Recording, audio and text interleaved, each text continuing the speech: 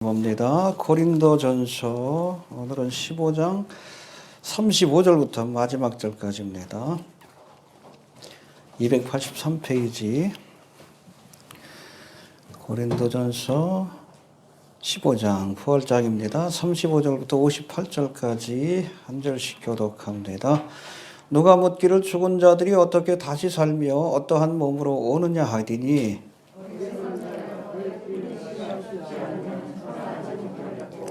또 너의 뿌리는 것은 장래 형체를 뿌리는 것이 아니요 다만 밀이나 다른 것의 알갱이 뿐이로되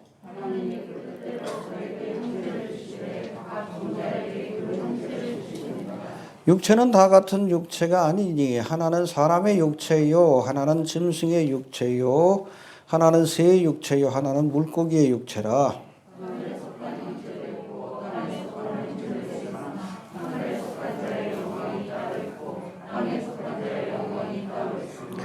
해의 영광도 다르며 달의 영광도 다르며 별의 영광도 다른데 별과 별의 영광이 다르도다.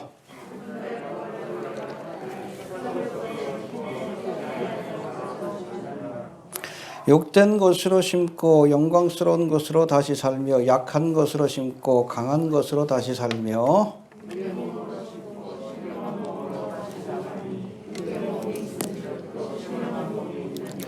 기록된 바 첫사람 아담은 산 영이 되었다 함과 같이 마지막 아담은 살려주는 영이 되었나니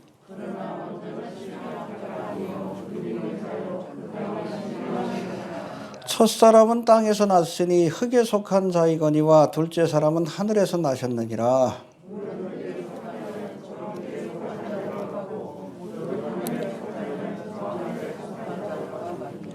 우리가 흙에 속한 자의 형상을 입은 것 같이 이 또한 하늘에 속한 자의 형상을 입으리라.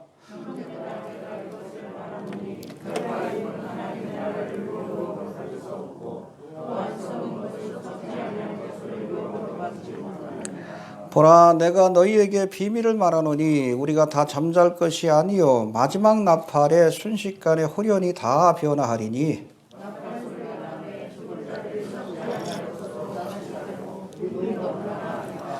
이 썩을 것이 불갑을 썩지 아니할 것을 입겠고 이 죽을 것이 죽지 아니함을 입으리로다.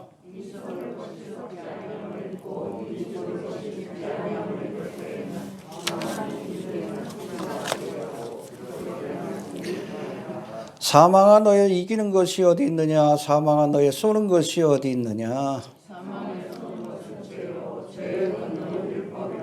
우리 주 예수 그리스도로 말미암아 우리에게 이김을 주시는 하나님께 감사하노니 그러므로 내 사랑하는 형제들아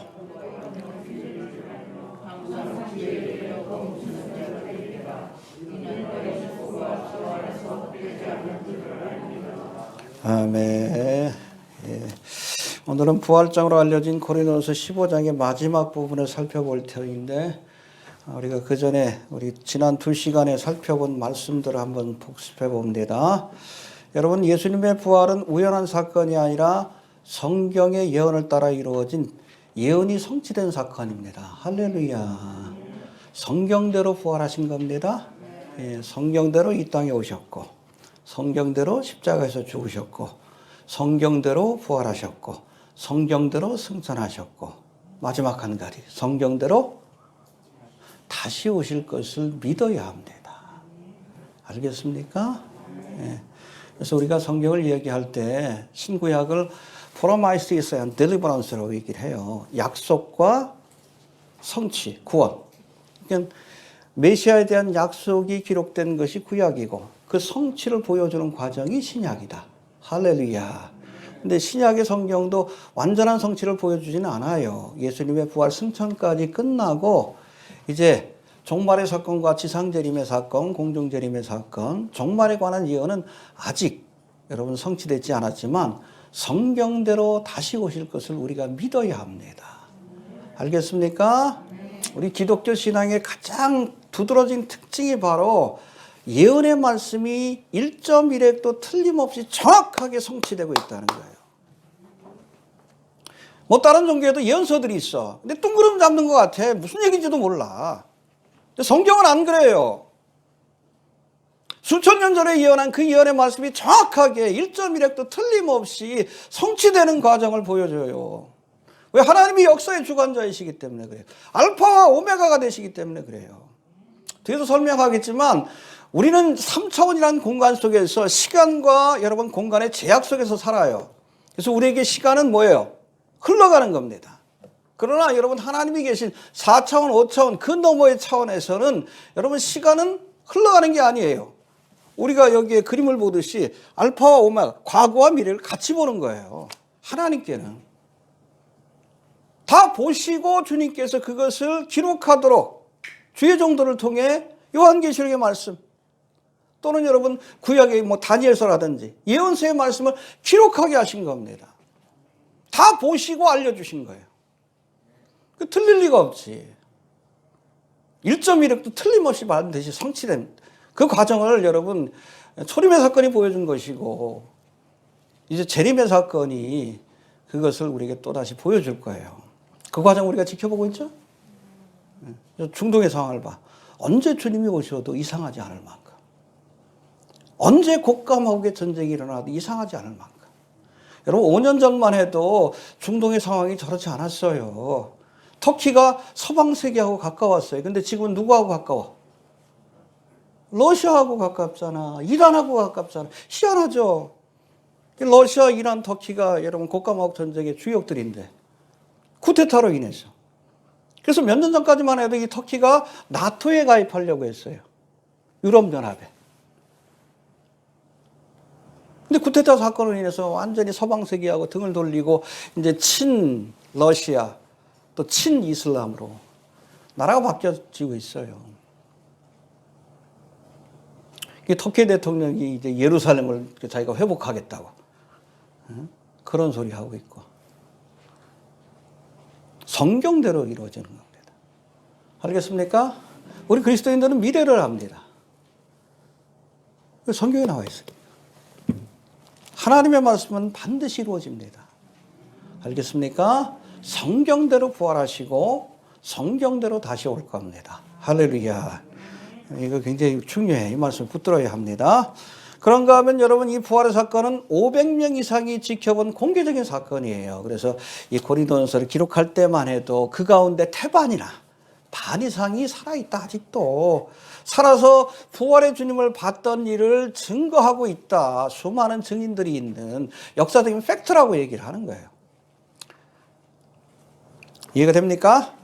예. 부활하신 예수님을 본 많은 증인들이 있음에도 부활을 부정하거나 이 부활의 사건을 마치 꾸며낸 이야기, 신화처럼 여기면 안 된다는 겁니다.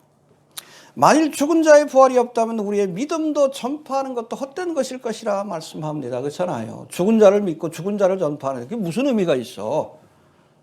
이해가 돼요? 타종교에 있는 사람은 제일 불쌍한 거예요. 죽은 자를 믿고 죽은 자를 전파해. 산 자가 죽은 자를 믿어요.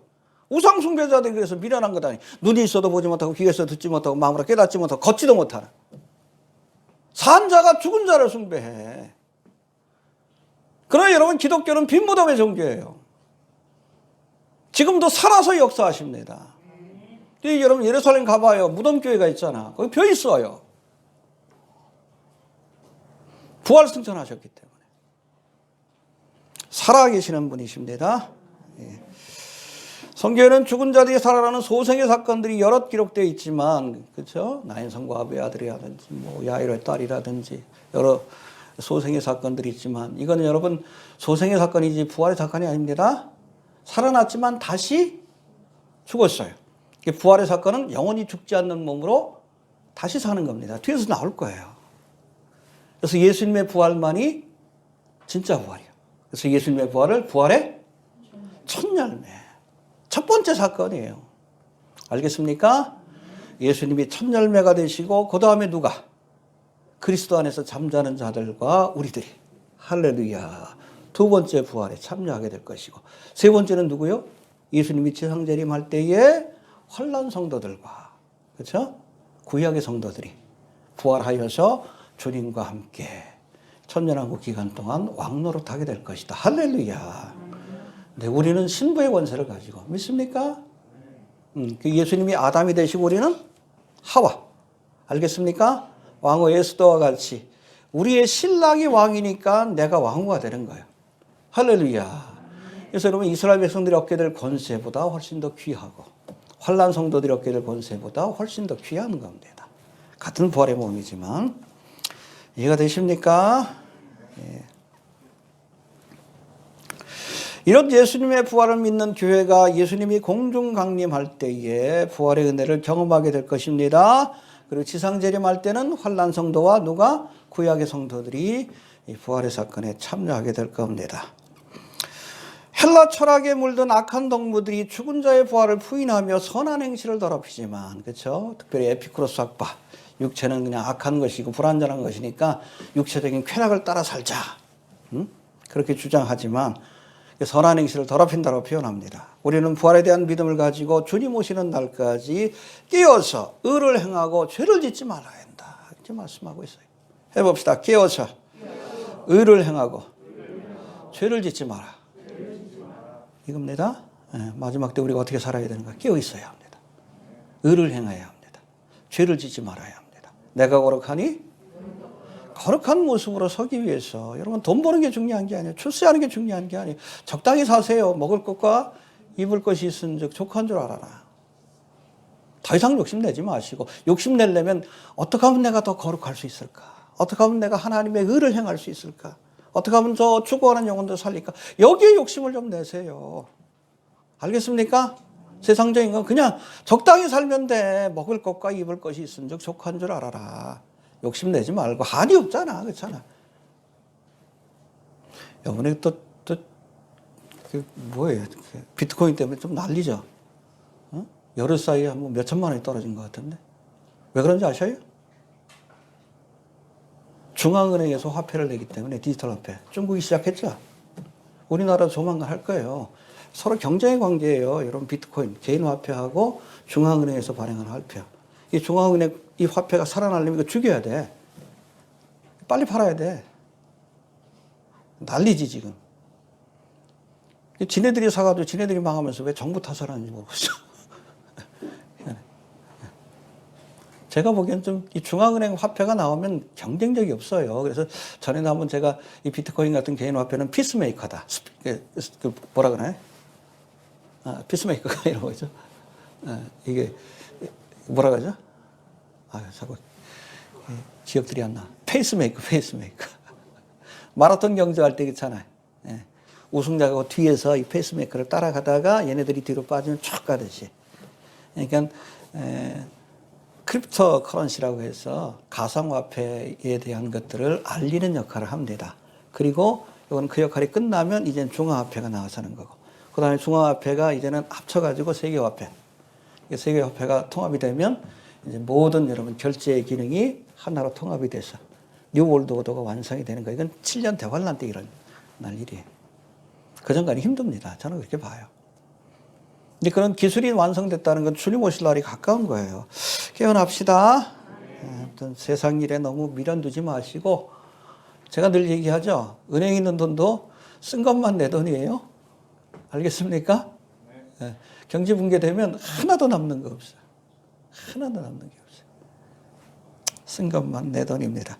헛된 거에 우리가 미련 두지 마시고 떠날 준비하며 사시길 바랍니다. 자, 이제 이어지는 35절부터 58절까지는 이제 장차 우리가 얻게 될 부활의 몸은 구체적으로 어떤 것이 궁금하죠? 재밌어요. 저도 이번에 설교 준비하면서 너무 재밌더라고. 이 부활의 몸이 이런 거구나. 또 장차 얻게 될 부활의 몸은 구체적으로 어떤 것이고, 이 부활의 은혜가 주어지는 과정과 또 교회의 부활 사건, 그게 뭐죠? 휴거의 사건에 대한 말씀이 나오는데 하나씩 살펴봅시다. 35절 봅시다. 시작.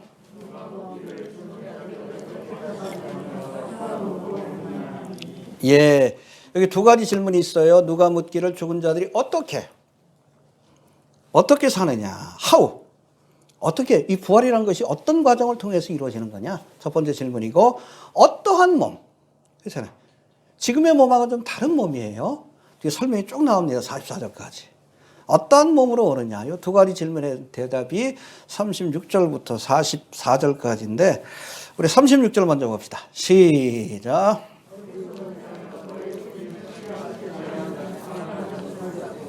예, 어떻게 부활되는가? 우리가 씨를 땅에다 심으면 이것이 죽어서 새로운 생명으로 떡잎이 나오고 잎이 나오고 꽃대가 나오고 아름다운 꽃이 피듯이. 할렐루야. 우리도 마찬가지. 우리의 육신이 죽어서 그리스도 안에서 예수를 믿는 사람들이 땅에 묻히면 이 묻혔던 육신이 부활의 몸으로 다시 거듭나게 되는 거예요. 할렐루야.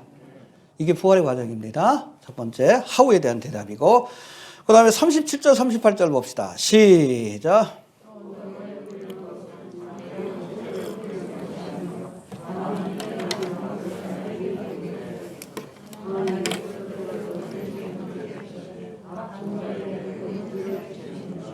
예, 앞선 36절이 어떻게에 대한 설명이라면 어떻게 부활이 되느냐.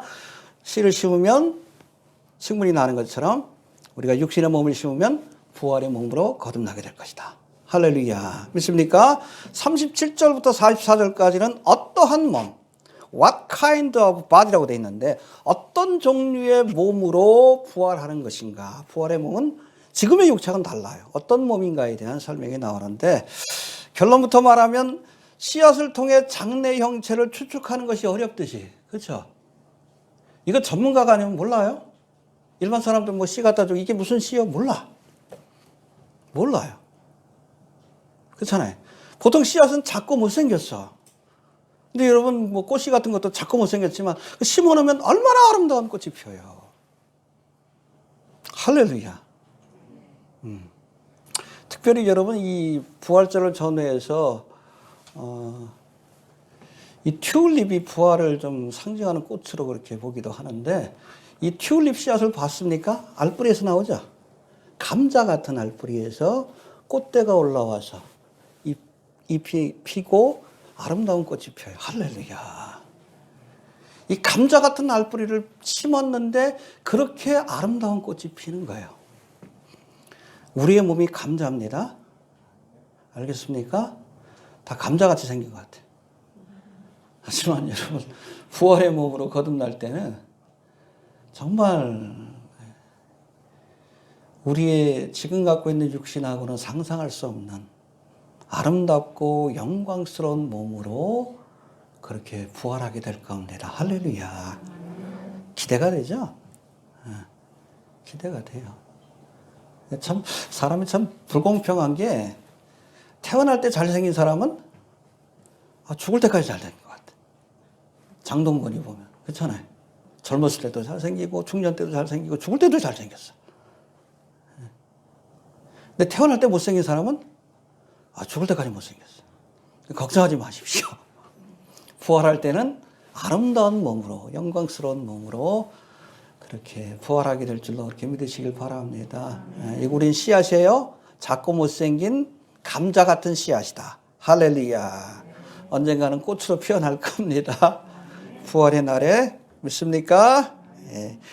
그래서 38절에 보면 하나님이 그 뜻대로 저희에게 형체를 주리라. 하나님 뜻대로 주시는 거예요. 이해가 됩니까? 어떤 사람은 조금 더 아름답고 영광스럽게 하겠지. 주님을 위해서 수고하면. 여하튼 아무튼 우리가 아름다운 몸으로 그렇게 부활할 것을 믿으시길 바랍니다. 그리고 39절 봅시다. 조금 더 구체적으로 설명하는데 시작.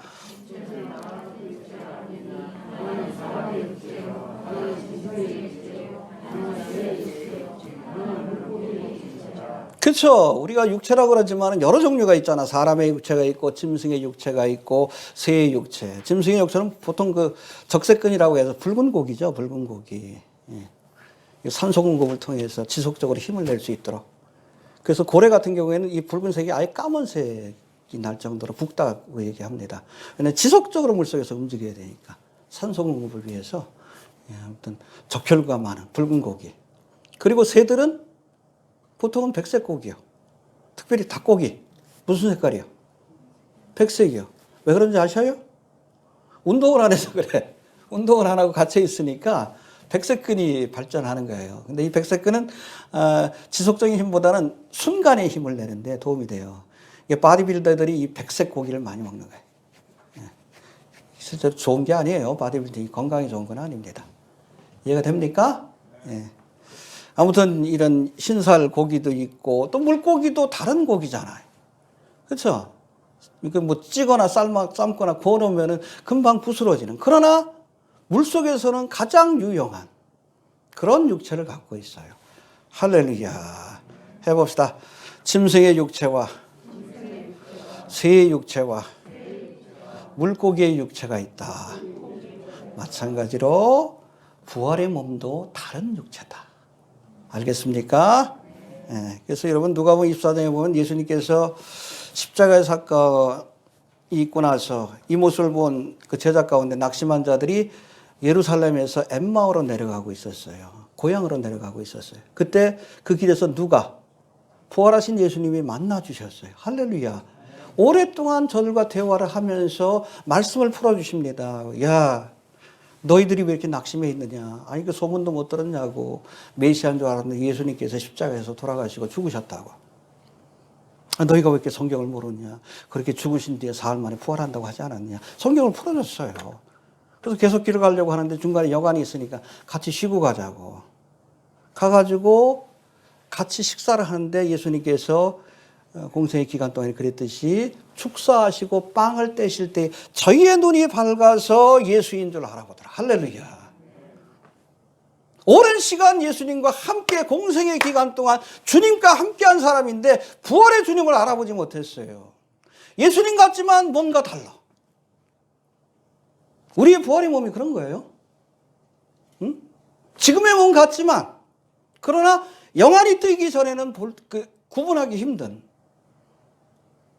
그런 다른 모습으로 부활할 것이다. 그렇게 이해하시면 됩니다. 알겠습니까? 예. 또 40절 41절 봅시다. 시작.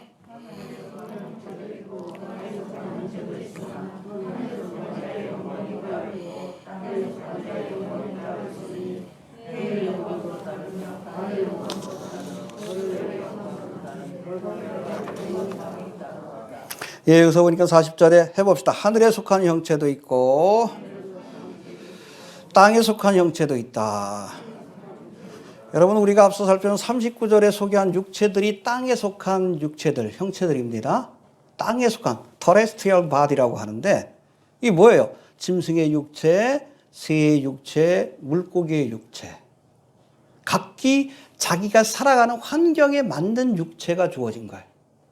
흙에서 살아가는 짐승들에게 필요한 육체, 공중에서 날아다니는 새에게 필요한 육체, 물속에서 살아가는 물고기에게 필요한 육체.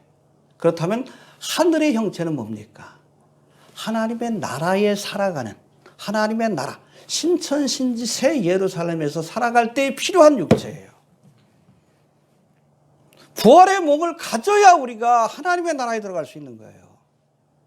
알겠습니까? 터레스트리얼. 우리가 살고 있는 이 지상의 세계하고는 다른 세계입니다. 새 하늘과 새 땅과 새 예루살렘. 새 예루살렘의 모습은 우리가 일상적으로 생각하는 그런 도시의 모습이 아니잖아요. 정방형으로 돼 있어가지고. 아마 사람들이 날아다닐 것 같아. 신령한 몸으로. 하늘에 속한 여러분 형체를 가져야, 부활의 몸을 가져야 그곳에서 자유롭게 우리가 움직이고 활동할 수 있는 거예요. 이 육체 가지고는 안 되는 거예요. 이해가 됩니까? 다시 말하면 하늘에 속한 형체인 부활의 몸을 가져야 우리가 하나님의 나라에 들어갈 수 있는 겁니다. 거기서 살아갈 수 있는 거예요. 잘 들으세요. 땅에 속한 형체가 있죠? 하늘에 속한 형체가 있죠? 또 한 가지 형체가 있어요. 또 한 가지 바디. 지옥에 합당한, 지옥에 속한 형체들이 있습니다. 그렇죠? 천년왕국이 끝나고 나면 백보자 심판이 있을 때에 그때 여러분 바다와 땅에서 죽은 자들을 내어주어서 그들이 다시 살아날 것이다. 이건 첫째 부활이 아니라 둘째 부활 혹은 둘째 사망입니다. 어떤 몸으로 다시 살아납니까? 지옥불의 고통을 겪으면서도 영원히 고통을 겪으면서도 사라지지 않는 저주받은 몸으로 다시 살아날 거예요.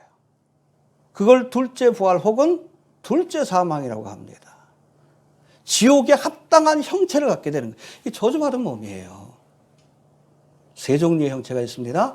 땅에, 우리가 지금 이 땅에 살아가는 데 필요한 땅에 속한 형체. 그리고 천국에서 살아가는데 필요한 하늘에 속한 형체, 부활의 몸. 그리고 불못에 던져져서 영원히 고통을 받는데 필요한 저주받은 몸. 지옥에 합당한 육체.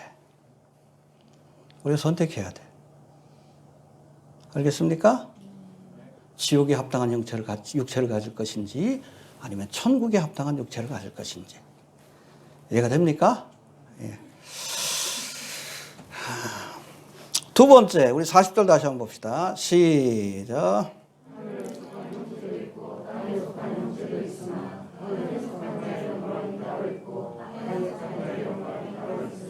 예, 우리가 이 땅에서 살면서 누리는 영광도 있죠. 부귀영화도 있고, 그렇잖아요. 명예권세도 있고, 이 땅에 속한 자에게 주시는 영광이 있고.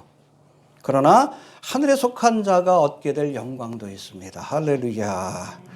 부활의 몸을 가진 자들은 하늘에 속한 자로서 장차 하늘에 속한 자의 영광을 얻게 될 것이라는 말씀인데, 여러분 성경에도 보면 하나님의 나라와 의를 위해서 수고한 성도들에게 영광, 5 종류의 면류관을 주실 것이다 라고 약속하고 계십니다. 할렐루야.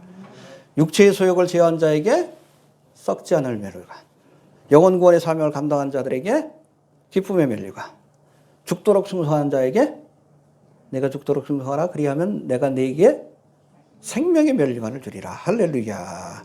생명의 면류관, 또 목자의 사명을 감당한 자들에게 영광의 면류관. 믿습니까? 그리고 마지막으로 주의 나타나심을 사모하는 모든 자들에게 의의 면류관이 예비되었다. 할렐루야. 우리가 이 땅에서 특별한 거 안 해도 마지막 때에 주의 오심을 사모하고 기다리기만 해도 그렇잖아요. 여러분 예수를 믿으면 다 휴거됩니다.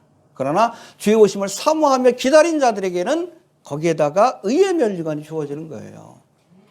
이 하늘의 영광은 영원히 사라지지 않습니다. 땅의 영광은 여러분 이 땅의 삶이 끝날 때 다 사라지지만 잠시뿐이고 헛된 썩어질 여러분 세상에 면류관을 구하지 마시고 영원한 하늘의 영광과 면류관을 구하는 자들이 되어야 한다는 거예요. 이해가 됩니까? 예. 자, 그 다음에 42절부터 44절까지 시작. 죽은 자의 부활도 이와 같으니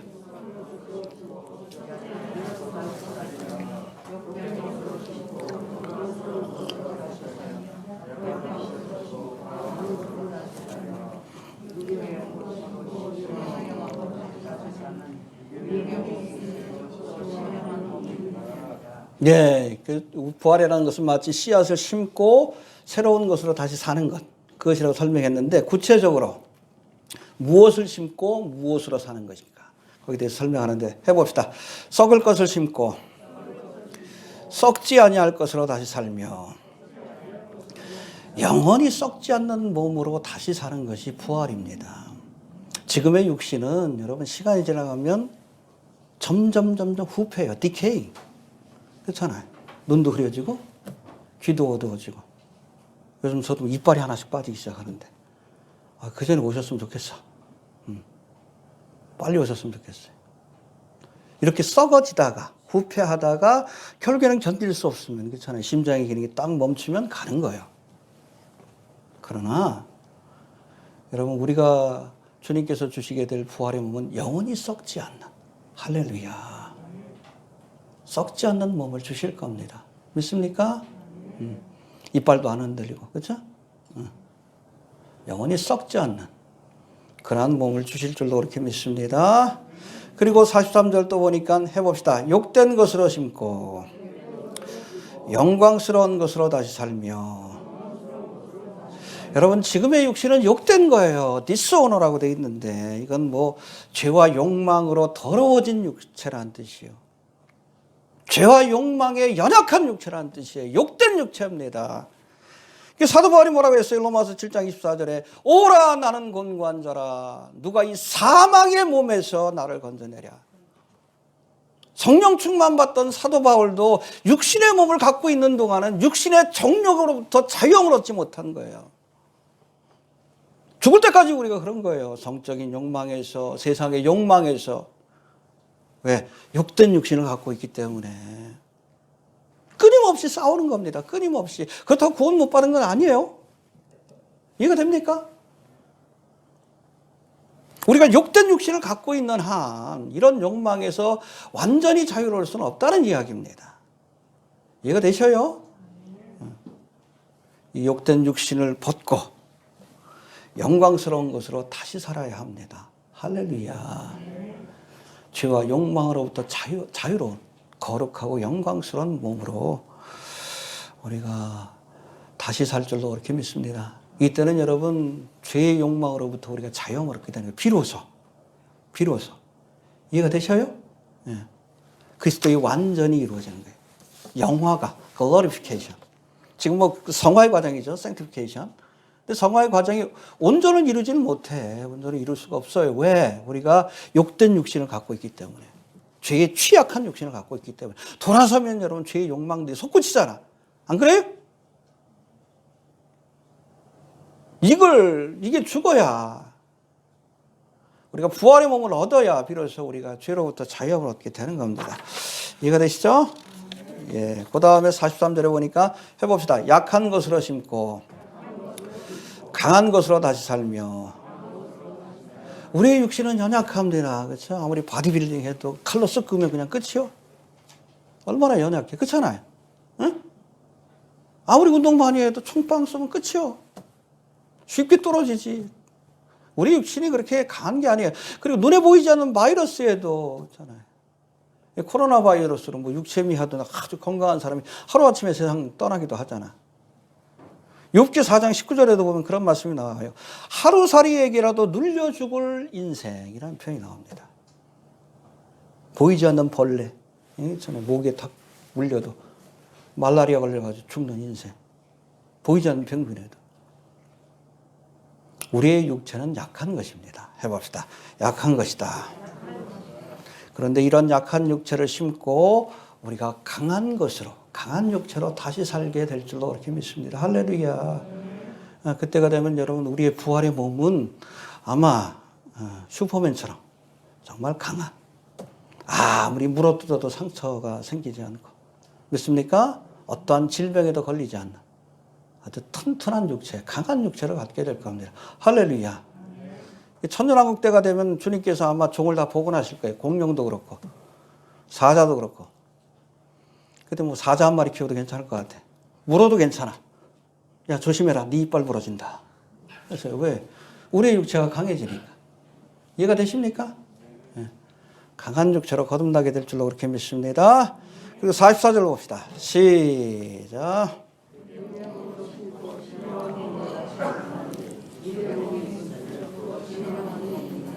예, 육의 몸으로 심고 신령한 몸, 헬라어로는 소마 푸니마티콘이라고 되어 있는데 스피리추얼 바디예요. 영도 아니고 육도 아닌, 영과 육이 결합된 스피리추얼 바디입니다. 이해가 됩니까? 여러분, 육의 몸은 이 땅의 삶에 적용된 몸입니다. 살아가기 합당한 몸인데, 영적인 몸은 영적인 세계를 자유롭게 오고 갈 수 있는 그런 몸이라고 이해하시면 돼요. 신령한 몸입니다. 그래서 여러분, 부활하신 예수님께서 갑자기 제자들이 모인 곳에 나타났다가 갑자기 사라지기도 하고, 그건 여러분 영적인 몸을 갖고 있었기 때문에 가능한 거예요. 할렐루야. 성미슬러 목사 같은 경우에는 지금 물리학자들이 우리가 지금 몇 차원에서 살고 있어요? 3차원에서 살고 있죠. 근데 10차원까지 발견을 했대요. 그래서 우리 인간들 같은 경우에는 보통 3차원하고 4차원의 세계까지 어느 정도 이해가 된대요. 이해할 수 있대요. 우리가 물리학의 원리를 좀 알면. 그 너머는 우리가 이해할 수 없는데 신의 영역은 6차원 이상이다라고 얘기를 한다고 합니다. 물리학자들이. 그렇게 되면 여러분, 우리가 공간을 자유롭게 옮겨 다니는 것 자체가 큰 문제가 될 게 없어요. 우리가 지금 3차원의 세계에 살죠? 근데 2차원의 세계에서는 3차원에서 일어나는 일들이 기적처럼 느껴져요. 여러분, 우리가 개미가 2차원의 공간에서 살아갑니다. 이렇게 쭉 가죠? 가다가 3차원에 있는 내가 갑자기 빵 조각을 이렇게 떨어뜨려져. 하늘에서 갑자기 빵이 떨어진 거예요. 만나가 떨어진 거예요. 이해가 되십니까? 기적이지. 그런데 영적인 차원에서 보면 그건 기적이 아니에요. 상식이고 과학입니다. 이해가 됩니까? 그러다가 이렇게 열심히 먹고 있는데 갑자기 뺏어가. 그렇죠? 재앙이지. 근데 재앙이 아니요. 별것 아니요. 개미의 입장에서 그런 거예요. 그러니까 주님께서 어떤 공간에 갑자기 나타났다가 사라지는 거 우리가 보기엔 기적 같지만 아니요. 신령한 몸을 가지셨기 때문에 3차원의 여러분 이 공간에 적용된 땅의 육체가 아니라 그렇잖아요. 그것을 뛰어넘는 5차원, 6차원 높은 차원의 신의 영역에 속한 그러한 곳에서도 자유롭게 활동할 수 있는 그런 신령한 몸을 가졌기 때문에 그런 우리가 갖고 있는 과학과 기술을 뛰어넘는 그런 모습을 우리가 보여줄 수 있다는 겁니다. 할렐루야. 신령한 몸으로 거듭나게 될 겁니다. 예, 그리고 44절 다시 한번 봅시다. 44절 시작.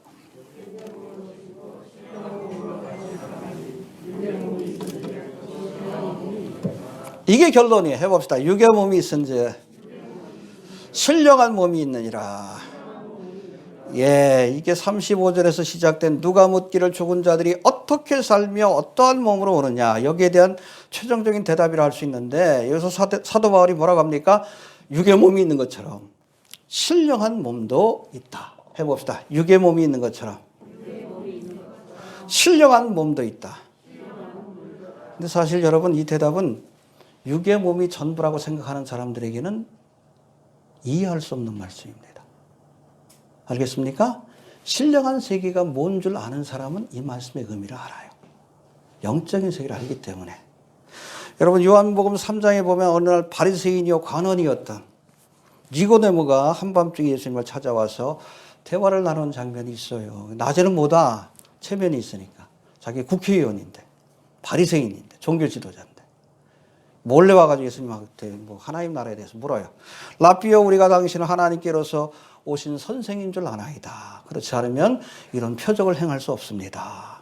그랬더니 예수님께서 다짜고짜 뭐라고 말씀합니까? 진실로 진실로 내게 이르노니 사람이 거듭나지 아니하면 하나님 나라를 볼 수 없다. 네가 하나님의 나라에 대해서 이야기하느냐? 너는 하나님의 나라도 보지 못하는 그런 자다라고 말씀하시는 거예요. 이 대답에 니고데모가 의아해하면서 묻습니다. 다시 한번. 예수님 사람이 늙으면 어떻게 다시 태어날 수 있겠습니까? 다시 태어나야 된다 그러니까. 내가 엄마 뱃속에 들어갔다가 다시 나야 합니까? 예수님께서 뭐라고 하셔요? 육으로 난 것은 육이요 성령으로 난 것은 영이니 내가 네게 거듭나야 하겠다는 말을 기이 여기지 말라. 물과 성령으로 나지 아니하면 하나님의 나라를 볼 수도 없고 들어갈 수도 없느니라. 할렐루야. 여러분 우리가 영적으로 거듭난 자들만이 하나님의 나라를 이해할 수 있어요. 부활의 신비를 신령한 몸으로 거듭난다는 것을 영적으로 물과 성령으로 거듭나지 않은 사람들은 아무리 설명해 줘도 이해할 수 없다는 이야기. 영적인 비밀이기 때문에 그래요. 거듭난 사람만이 부활의 비밀을 깨달을 수 있습니다. 할렐루야. 깨달아집니까? 그게 은혜예요. 알겠습니까? 자, 이제 45절부터 50절까지는 부활의 은혜가 주어지는 과정을 설명하고 있는데 먼저 우리 45절 봅시다. 시작.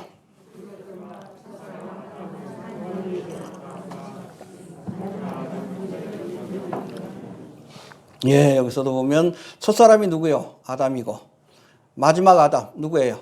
예수님이십니다. 그래서 첫사람 아담은 산영이 되었다. 창세기 2장 7절의 말씀이죠. 흑으로 하나님께서 사람의 형상을 만드시고 그 코에 생기를 불어넣으시니 루하흐 하나님의 숨결입니다. 성령을 불어넣으시니 사람이 생명이 된지라. living soul, 산영 그거예요. 그러나 예수님은 인류를 대표해서 대속의 십자가를 지심으로 생명이 되실 뿐 아니라 라이프 기빙 스피릿 살려주는 영이 되셨다라고 말씀합니다. 할렐루야. 그래서 우리의 육신은 첫째 아담으로부터 온 것이지만 부활의 몸은 살려주는 영이 되시는 예수님께로부터 온 겁니다. 할렐루야. 자, 그리고 46절 봅시다. 46절 시작.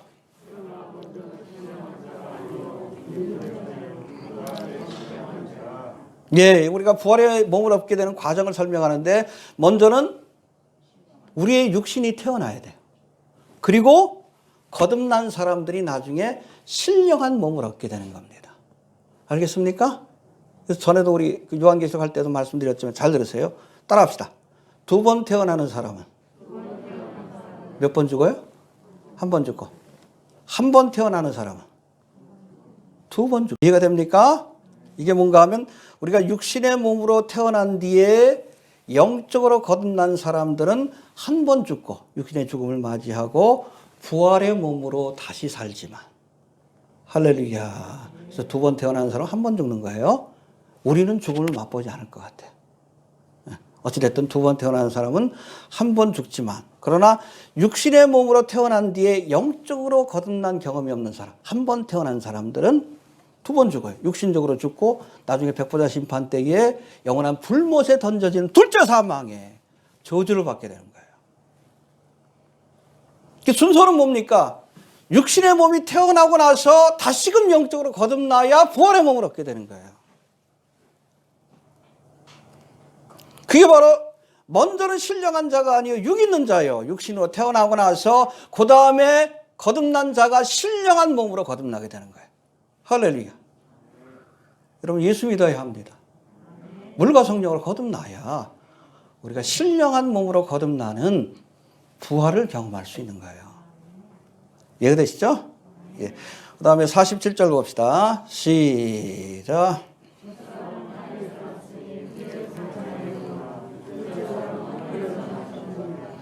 예, 첫사람은 땅에서 났죠? 땅. 그래서 우리 육신은 흙으로부터 왔기 때문에 흙으로 돌아갑니다.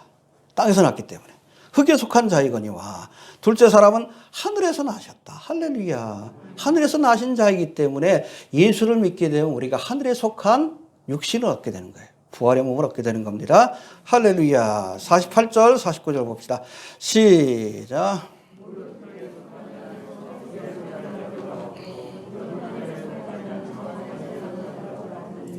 우리가 흙에 속한 자의 형상을 입은 것 같이. 잘 들으세요. 첫째 아담을 통해서 우리가 흙에 속한 형상을 얻습니다. 첫째 아담을 통해서. 그런가 하면 둘째 아담을 통해서, 예수님을 통해서, 하늘로부터 오신 예수님을 통해서 하늘에 속한 형상을 얻게 되는 거예요. 이해가 됩니까? 첫째 아담으로부터 우리가 흙에 속한 형상을 얻고, 하늘로부터 오신 예수님으로부터 우리가 하늘에 속한 형상, 우리가 부활의 몸을 얻게 되는 겁니다. 할렐루야. 50절 다시 한번 봅시다. 50절 시작.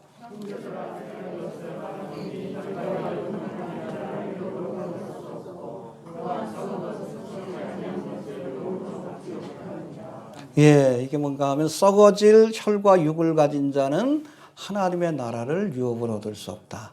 하나님의 나라, 신천신지세 예루살렘이에요. 거기 들어가려면 지금의 혈과 육이 아닌 하늘에 속한 형상, 40절에도 나오듯이 부활의 몸을 가져야 비로소 하나님의 나라에 들어갈 수 있다. 왜냐하면 하늘에 속한 형상은 하나님의 나라에 합당한 육신이기 때문에 그래요. 이해가 되시죠? 예. 자, 그 다음에 성도의 부활이라고 할 수 있는 휴거의 사건에 대한 말씀이 51절부터 57절까지인데 먼저 51절, 52절 봅시다. 시작.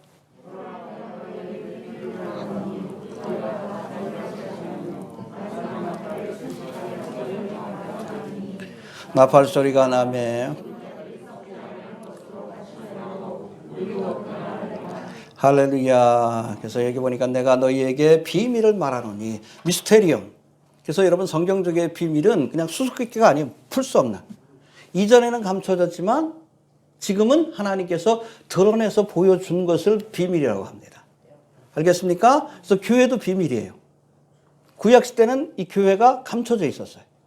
그런데 신약시대 때 오순절 사건을 통해서 이 교회의 비밀을 하나님께서 보여주신 거예요. 요한계시록도 비밀입니다. 감춰졌던 미래에 관한 지식을 하나님께서 밝히 보여주신 거예요. 부활의 사건도 비밀이에요. 그것을 이제 이 사도 바울을 통해서 이렇게 밝히 보여주시는데 뭐라고 합니까? 우리가 다 잠잘 것이 아니요 마지막 나팔에 순식간에 후련히 다 변화하리니. 언제? 휴거의 사건 때. 나팔 소리가 나며 죽은 자들이 썩지 아니할 것으로 다시 살고 우리도 변화하리라. 할렐루야. 여러분 휴거의 사건에 관한 언급이 부활장에 나온다는 것을 우리가 알아야 돼요. 그래서 휴거의 사건은 교회의 부활 사건입니다. 이해가 되시죠? 예. 여기에 관한 말씀이 또 4장, 데살로니가서 4장 16절, 17절에 나오는데, 여기도 뭐 비슷해요. 주께서 호령과 천사장의 소리와 하나님의 나팔로, 여기도 나팔 소리가 나오죠? 친히 하늘로 쫓아 강림하시리니, 공중강림이십니다. 그리스도 안에서 죽은 자들이 먼저 일어나고, 그렇죠? 그렇죠? 무덤에 있는 사람들이 먼저. 그리스도 안에서. 그러니까 여러분, 부르는 대상이 누구요? 그리스도의 신부입니다. 그리스도에게 속한 교회. 뭐 구약의 성도, 환란 성도는 지상 재림할 때 그때 부르시는 거예요. 그리스도 안에서 죽은 자들이 먼저 일어나고 그 후에 우리 살아남은 자도 저희와 함께 구름 속으로 끌어올려. 끌 휴자에다 들것자, 랩처 영어로는. 이게 휴거예요. 끌어올려 공중에서 주를 영접하게 하시리니. 공중 재림입니다. 그 재림의 사건이 두 번이에요. 7년 대환란 전에 공중 재림의 사건이 있고, 그리고 마지막 7년 대환란 끝에 지상 재림. 어디로 재림하셔요? 감람산으로 재림하십니다. 할렐루야. 올라간 그대로 다시 오리라. 공중으로 주를 영접하게 하시리니 그리하여 우리가 항상 주와 함께 있으리라. 할렐루야. 함께 있고 싶어서 데려가는 거예요. 이거 혼인잔치, 가나안 혼인잔치 영화에서도 나오지만 지금 보니까 오픈됐어요. 영어로 되어 있지만 유튜브에 들어가면 그거 나옵니다. 필요하면 주소 알려드릴게. 오픈됐어요. 영어로 되어 있지만 3월달인가 오픈을 해놨어요. 꼭 한번 보세요. 그래서 신부가 타는 가마를 끌어올려서 신랑의 집으로 들어가죠. 이게 끌어올려요. 딱 끌어올려서 신부를 데리고 신랑의 집으로 가는 거예요. 할렐루야. 이게 랩처입니다. 랩처, 휴거예요. 믿습니까? 예. 그래서 여러분, 이스라엘 7대 절기 가운데 특별히 이 나팔절이 교회의 휴거의 사건을 예표하고 있는 겁니다. 6월절은 뭘 예표하죠? 예수님의 십자가 사건. 그 다음에 무교절은 누룩 없는 떡이신 죄 없는 예수님이 무덤에 안치되신. 그 다음에 초실절은 부활의 사건. 그 다음에 초실절로부터 50일 되는 오순절은 성령 강림, 주의 탄생의 사건. 알겠습니까? 이게 봄절기고 초림의 사건 때 이루어진 거고. 그 다음에 나팔절로부터 시작되는 나팔절, 대속제일, 그 다음에 장막자. 이거는 재림의 사건 때 일어날 것인데 이 재림의 사건의 첫 번째 사건이 바로 나팔절이에요. 휴거의 사건으로 종말의 사건이 시작이 되는 겁니다. 할렐루야. 이 땅에 여러분 저 그리스도의 세력이 아무래도 뭐 지 나라를 만들고 싶어 해도 못해. 왜? 지금은 막는 자가 있어. 교회가 막고 있는 거예요. 교회가 그 자리를 떠나줘야, 막는 자가 여러분 떠나가야 비로소 적그리스도도 등장하고 이 땅에 뉴월드 오더, 적그리스도의 세상도 만들어지고 그래야 하나님이 이 세상 나라를 심판하시는 거예요. 이해가 되십니까? 아무튼 이 나팔절을 의미하는데 나팔절이 바로 이 휴거 사건을 예표하는데 특별히 보면 이 51절에 해봅시다. 마지막 나팔에 순식간에 후련이 다 변화할 것이다. 이 말씀을 근거로 어떤 사람들은 이 마지막 나팔이 요한계시록 10장 7절 혹은 11장 15절에 기록된 마지막 7번째 나팔이고 이때 휴거의 사건이 일어난다라고 주장하는 사람도 있어요. 이것을 환란 중간기 휴거설. 장로교인들은 대부분 이렇게 알고 있어요. 장로교인들은. 근데 그 휴거의 사건과 재림의 사건을 이해를 못해서 그래요. 여러분, 이스라엘 백성들도 나팔을 불 때 여러 나팔이 있어요. 전쟁 때 부는 나팔이 있고, 모으라는 의미를 가진 나팔이 있고, 깨라는 나팔이 있고, 한 해의 시작을 알리는 나팔이 있고, 나팔 종류가 여러 가지가 있어요. 근데 여러분, 요한계시록 10장에 나오는 나팔은 뭐예요? 재앙을 알리는 나팔입니다. 여기서 말씀하는 나팔은 뭐예요? 믿는 자를 깨워서 부르기 위해서 오라는 뜻의 의미의 그런 나팔이 모여라 그런 뜻이에요. 그리고 요한계시록의 나팔은 뭐예요? 천사가 부는 나팔이에요. 첫 번째 천사가 첫 번째 나팔을 불고 일곱 번째 마지막 천사가 일곱 번째 나팔을 부니까 일곱 대접의 재앙이 시작이 되는 거지. 그러니까 하지만 여긴 뭐예요? 하나님의 나팔이라고 하잖아요. 하나님이 부시는 나팔이라고 표현하고 있어요. 다릅니다. 그냥 나팔이랑 그걸 하나 꼬투리 잡아가지고 그냥 7년 대환란 때 일곱 번째 나팔의 재앙 때 주님께서 휴거의 사건이 일어났는데 이게 참 어린아이 같은 해석이에요. 맥락을 봐야 돼요. 우리가 성경을 해석할 때는 좌우의 맥락들, 그 나팔이 부러졌을 때 어떤 일이 벌어지는가. 그래서 여러분 요한계시록의 나팔은 재앙을 알리는 나팔입니다. 재앙이 시작되었다. 이건 그게 아니잖아요. 무슨 재앙이요. 휴거의 사건인데. 와라 보여라 그런 뜻이에요. 자, 그렇다면 51절에 설명하는 마지막 나팔이 무엇을 의미하는가 의문이 드는데, 이것을 이해하기 위해서는 이스라엘 7대 절기 가운데 휴거의 사건을 예표하는 나팔절, 이걸 로시 하샤나라고 합니다. 로시라는 것은 머리라는 뜻이에요. 처음이라는 뜻입니다. 하샤나는 해, 해의 머리, 한 해의 시작, 새해. 그래서 여러분 7월 1일이 나팔절인데 그건 뭐 종교력으로 따진 것이고, 민간력으로 따지면 7월 1일이 사실은 새해입니다. 알겠습니까? 로시 하샤나로부터. 근데 다른 의미로는 이 로시 하샤나를 욤 테루아라고 합니다. 해봅시다. 욤 테루아. 욤은 날이라는 뜻이에요. 테루아는 나팔을 부는 날이다. 왜요? 새해의 시작을 나팔을 불어서 알렸기 때문에 그렇습니다. 근데 정확하게 따지면 여러분 이 욤 테루아 로시 하샤나는 7월 1일이 하루가 아니라 이틀이에요. 왜 그런지 아십니까? 유대인의 모든 절기는 뭐가 기준이요? 해가 아니라 달이 기준이에요. 그래서 한 달이 며칠이요? 60일. 1년은 360일이에요. 360일 아니에요. 달이 아니라, 해가 아니라 달이 기준이 되기 때문에. 그래서 새로운 달이 시작될 그 시점이 뭔가 하면 금음달에서 초생달로 바뀌는 그 순간이 새로운 달이 시작이 되는 겁니다. 달이 기준이기 때문에. 근데 이게 여러분 우리가 지금의 시간처럼 그렇게 정확하지가 않아요. 언제 해가 뜰지 잘 몰라. 그러니까 왜 나팔절이 이틀인가? 이틀간 지켜보는 거예요. 언제쯤 뜰까? 지금 뜰 것 같은데. 왜냐하면 달마다 그 시간이 달라지니까. 그래서 그날과 그 시를 모른다 그러는 거예요. 그래서 나팔절이 되면 새해가 시작되는 달이니까 그때 대제사장이 양옆에 제사장을 보내가지고 관측을 하게 해요. 성 요쪽하고 성 저쪽에서. 그래서 금음달에서 소생달, 새 달이 시작되는, 새해가 시작되는 그 시점이 언제인가. 그래서 두 가지 보고 함께 들어왔을 때 그때 나팔을 불어서 새로운 달과 새해를 알리는 겁니다. 할렐루야. 이게 나팔절이에요. 이때 몇 번 나팔을 분다 그랬죠? 100번 붑니다. 100번. 100번을 부는데 각기 다른 의미를 가진 4가지 종류의 나팔을 서로 조합해서 100번을 불러요. 그래서 이 3가지 의미, 거기다 맨 마지막에 테키아하가들, 역시 마지막 나팔인데, 첫 번째 보면 왕의 대관식을 의미하는 한 번의 나팔 소리가 있습니다. 왕이 오신다. 테키야, 붕 이렇게 불어요. 그 다음에 두 번째, 회개하라는 의미를 가진 굵고 짧게 3번을 부는 나팔이 있습니다. 빰빰빰, 붕붕붕 이렇게. 요거를 쉐바림이라고 합니다. 쉐바림. 그리고 스타카토로 짧게 9번 부는 나팔이 있어요. 따다단 따다단 따다단 빠바바바 이렇게 불어요. 요거는 테루아라고 해서 영적인 각성을 요구하는 나팔입니다. 근데 요거를 서로 조합해 가지고 테키야 왕이 오신다. 그다음에 쉐바림 회개해라. 그다음에 테루아 그러면 깨어 있어라. 왕을 영접하도록. 그럼 뭐 서로 섞기도 해요. 그래서 테키야 테루아 그러면 왕이 오신다 깨어 있어라. 그렇죠? 테키야 쉐바림 그러면 왕이 오신다 회개해라.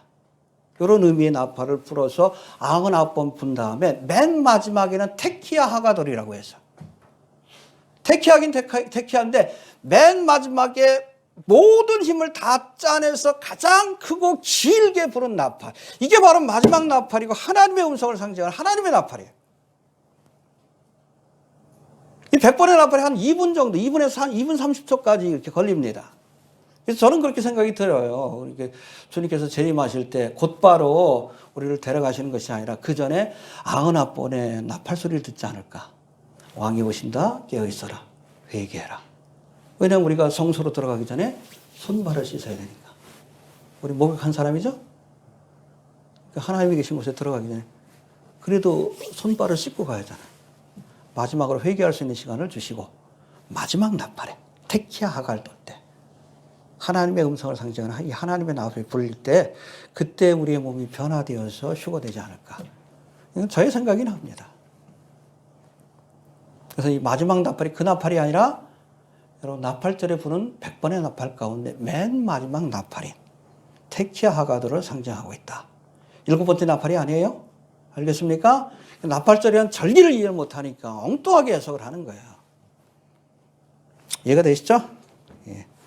자, 그리고 52절 봅시다. 52절. 시작.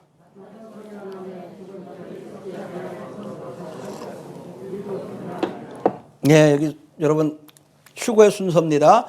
먼저 죽은 자들이 그리스도 안에 잠자는 자. 우리가 첫 번째가 아니에요. 2000년 동안 예수 믿고 여러분 죽은 사람들이 먼저 부활하여 주님을 영접하러 가고 그 다음에 우리도 살아있는 우리도 변화돼요. 어떤 몸으로? 부활의 몸으로 변화되어서 주님을 맞이하러 가게 될 겁니다. 할렐루야. 53절 봅시다. 시작.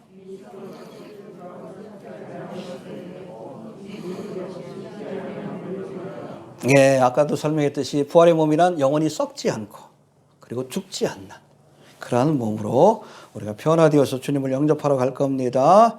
그 다음에 54절 봅시다. 시작.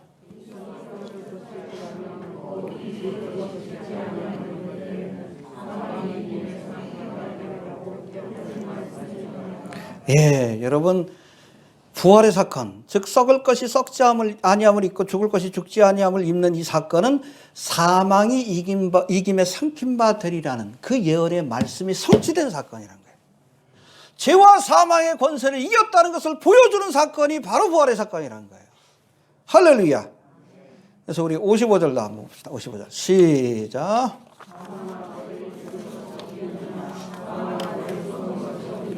56절 사망에 쏘는 것은 죄요. 예, 57절 우리 주 예수 그리스도로 말미암아 우리에게 우리가 어떻게 사망의 권세를 이기고 부활할 수 있는가? 누가 이기셨기 때문에? 예수님이 십자가의 사건을 통해 부활의 사건을 통해 사망의 권세를 이기시고 부활하셨기 때문에 이 예수를 믿을 때 우리도 죄와 사망의 권세를 이기고 부활하게 되는 거예요. 할렐루야. 예수 믿어야 부활되는 거예요. 그래서 여기 보니까 56절 재미난 말씀이 나오죠. 사망에 쏘는 것은 죄요. 이게 쏘는 것은 영어로 스팅이라고 되어 있는데 독침이에요. 벌에 보면 뒤에 침이 있죠. 스팅이에요. 독사에게도 이빨이 있죠. 스팅입니다. 사망에 쏘는 것이 죄라는 것은 우리가 죄를 짓게 되면 죄의 삭은 그렇죠. 죄의 결과로 죽음이 찾아온 겁니다. 원래 아담은 영원히 죽지 않는 몸으로 살아가도록 생명나무를 먹으면 영적인 몸과 육적인 몸이 결합된 이게 여러분 어떻게 됐어요? 범죄함으로 하나님의 말씀을 어기고 선악과를 먹음으로 죄를 짓게 되고 죄의 결과로 처음에는 영적인 사망이 찾아오고 그 결과로 육적인 사망이 찾아온 겁니다.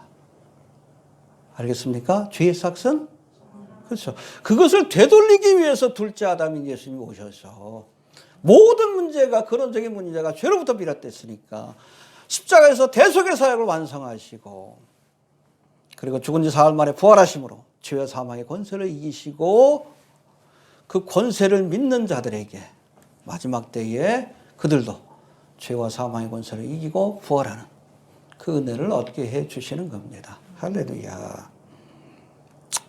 예수 믿으십시오. 그래야 우리가 죄와 사망의 권세에서 벗어나 영생을 얻고 영원히 죽지 않는 썩지 않는 부활의 몸을 얻게 되는 겁니다. 할렐루야. 예. 제가 늘 얘기하지만 왜 예수 믿어요? 잘 먹고 잘 살기 위한 게 아니에요. 이 땅의 삶을 위한 게 아니에요. 전혀. 영생과 부활을 얻기 위해서. 천국 가기 위해서. 천국 가려면 천국 가기에 합당한 몸으로 변화돼야지. 이해가 됩니까? 여기서 떠난 건 다른 복음이에요. 아무리 듣기 좋아도 성경에서 말하는 복음이 십자가와 부활의 도라고 얘기를 했어요. 예수님이 2000년 전에 이 땅에 오신 이유도 바로 이 죄와 사망의 권세를 이기기 위한 것이고 그 결과가 부활의 은혜로 주어지게 되는 겁니다. 할렐루야. 예수 믿고 구원 받으십시오. 예수 믿고 부활합시다. 얼마 안 남았어요.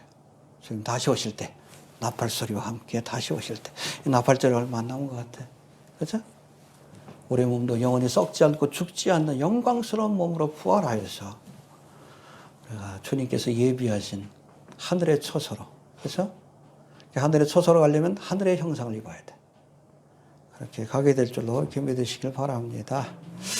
자, 결론적으로 58절, 이거는 뭐 오늘 본문의 결론일 뿐 아니라 부활장인 15장의 전체의 결론이라고 할 수 있는데 읽어보고 마치도록 합시다. 시작.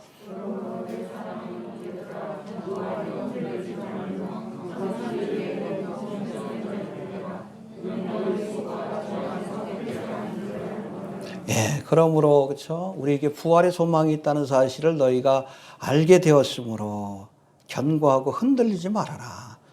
부활을 부인하는 자들의 그 헛된 이야기로 인해서 흔들리지 마라. 그리고 주의 일에 더욱 힘쓰는 자들이 되라. 왜? 우리에게는 영원한 상급과 영광이 주어질 것이기 때문에. 믿습니까? 헛되지 않습니다. 열심히 예수 믿으십시오. 믿고 나서도 여러분 열심히 주님을 위해서 일하세요. 알겠습니까? 땅의 영광은 일시적인 것이에요. 우리가 죽으면 다 여러분 돈도 명예도 권세도 가져갈 것 아니에요. 그렇잖아요. 아무리 돈이 많아도 금괴 갖고 가면 뭐요? 천국에는 바닥이 금괴예요. 어? 보도블록이 금괴예요. 영원히 사라지지 않을 하늘의 영광을 우리가 구하는 우리 지혜로운 성도가 좀 되시길 바랍니다. 예. 예수님은 부활의 첫 열매로 그를 믿는 자들에게 주어질 부활의 영광이 어떤 것인지를 보여주셨습니다. 십자가에서 대속의 사역을 완성하신 주님은 부활의 사건을 통해 죄와 사망의 권세를 이기시고 우리에게도 부활의 소망을 주셨습니다. 이 부활의 소망을 가진 자들은 마지막 날 휴거의 사건 때 얼마 안 남았어요? 우리의 불완전하고 연약하고 욕된 육신이 이제 영광스럽고 강하고 신령한 몸으로 부활의 몸으로 변화되어서 우리가 영원히 주님과 함께 머물게 될 겁니다. 그날을 소망합시다. 알겠습니까? 예수 믿으십시오.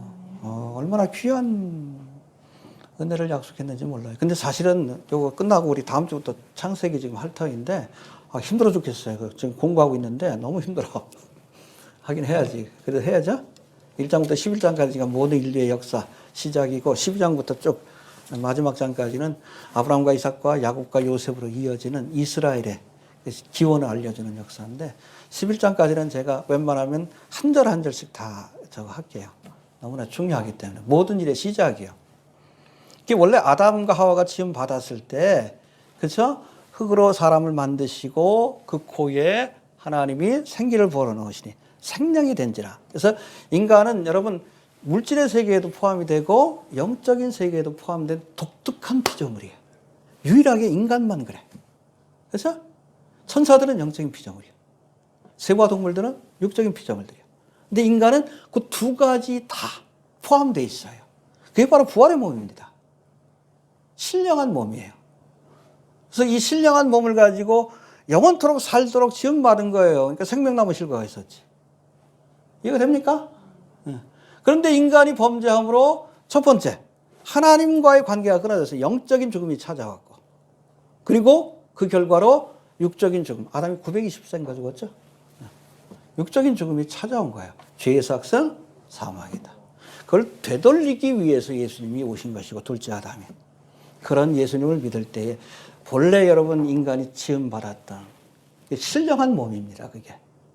신령한 몸인, 영원히 죽지 않는 몸인 부활의 몸으로 다시금 리커버리, 회복되는 은혜를 우리가 경험하게 되는 겁니다. 할렐루야. 하나님께서 우리 이렇게 놀랍게 지으셨어요. 그걸 알아야 돼. 우린 여러분 원숭이 후예가 아니에요. 원숭이 후예가 아니에요. 이상한 것들이 사람을 뭐 동물의 후예라고 하는데 아니요. 사람의 육체와 동물의 육체는 달라요. 우리 원숭이 후예가 아니에요. 하나님의 형상을 따라 지음받은 특별한 피조물이에요. 그걸 자꾸 부정하게 만들잖아. 다윈의 진화로. 그 뒤에 누가 있어요? 일루미나티가 있고 루시퍼가 있는 거예요. 여러분 성경처럼 인간을 아주 존귀한 존재로 표현하는데 어디 있어? 하나님의 이미지 오브 갓인데 창세기 때 우리가 다시 강의하겠지만 그걸 회복하는 과정이에요. 우리는 더럽고 추잡하게 죄와 욕망을 따라 살도록 지음받은 존재가 아니에요. 거룩한 존재고 영광스러운 존재입니다. 예수를 믿고 우리가 구원받아야 그 본래의 모습을 회복하게 되는 겁니다. 할렐루야. 하나님의 형상으로서. 그날 우리가 소망하면서 살아갈 수 있게 되길 바랍니다. 우리 주신 말씀 붙들고 잠깐 한번 기도합니다. 하나님, 고린도서 15장 부활장의 말씀을 통해